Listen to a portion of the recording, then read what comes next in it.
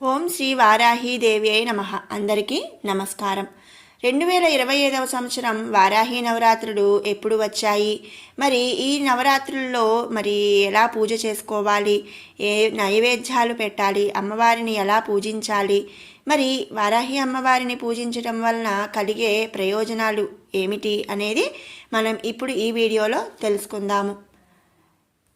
అసలు వారాహి నవరాత్రులు ఎప్పుడు జరుపుకుంటాము అనే విషయం ఇప్పుడు ముందుగా తెలుసుకుందాం.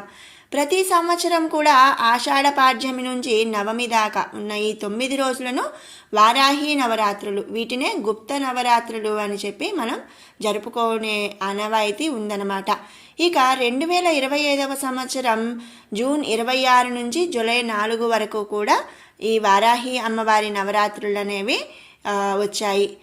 చాలామంది భక్తులు వారి కోరికలు నెరవేరడానికి, కష్టాలు తొలగిపోవాలని నిష్టగా వారాహి నవరాత్రులు జరుపుకుంటూ ఉంటారు. వారాహి నవరాత్రులు నిర్వహించడం వలన కలిగే లాభాలు ఏమిటి అనేది క్లుప్తంగా మనం ఇప్పుడు తెలుసుకుందాము. వారాహి నవరాత్రుల సమయంలో పూజలు చేసి ఈ ఉత్సవాల్లో పాల్గొనడం వలన ఐశ్వర్యం కలుగుతుంది, అలాగే శుభం కలుగుతుంది. ఆధ్యాత్మిక అభివృద్ధి, శుద్ధీకరణకు కూడా ఇది మంచి సమయం అన్నమాట.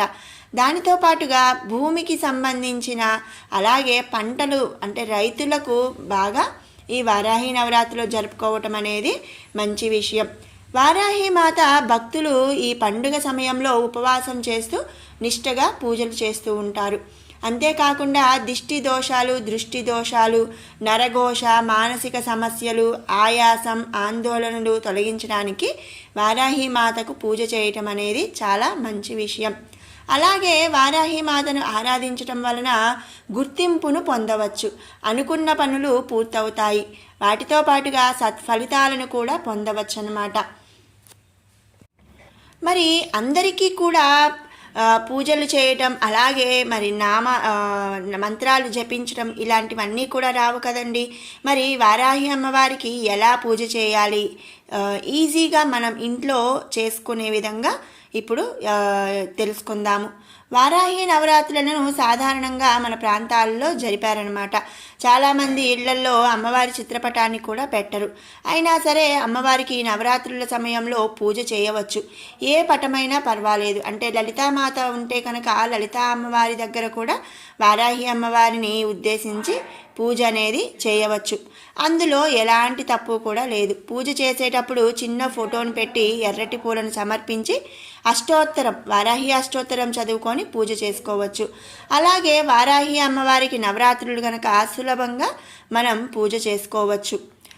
అంటే ఎక్కువ మంత్రాలు ఇవన్నీ రాని వాళ్ళు కూడా దీపారాధన అనేది చేసుకొని లలితా అమ్మవారి పటం ముందు కూడా మరి అమ్మవారిని ఉద్దేశించి మనం పూజ అనేది చేసుకోవచ్చు. ఎందుకు అంటే వారాహి అమ్మవారు లలితా అమ్మవారి యొక్క సైన్యాధ్యక్షురాలు. మరి వారాహి అమ్మవారి అష్టోత్తర నామాలు అవి కూడా చదవలేని వాళ్ళు 12 నామ స్తోత్రం కూడా చదువుకొని నివేదన అనేది చేయవచ్చు. ఇక దీపం, ధూపం, అష్టోత్తరం, నైవేద్యం, హారతితో పూజను మనం పూర్తి చేయవచ్చు. సులభంగా పూజ చేసినా కూడా అమ్మవారికి ఏదైనా ఒక ప్రసాదాన్ని నివేదన చేయాలి. అమ్మవారు ఉగ్రస్వరూపిణి కనుక పానకం, వడపప్పు తప్పకుండా పెట్టండి. దానితో పాటుగా మరి చేయగలిగిన వాళ్ళు పులగం, పాయసం ఇలా ఎవరికి నచ్చినట్లు వాళ్ళు పెట్టవచ్చు. ఇవి ఏవి కూడా చేయలేని వాళ్ళు పానకం, వడపప్పుతో పాటు పండ్లు కూడా నైవేద్యంగా పెట్టవచ్చు అన్నమాట.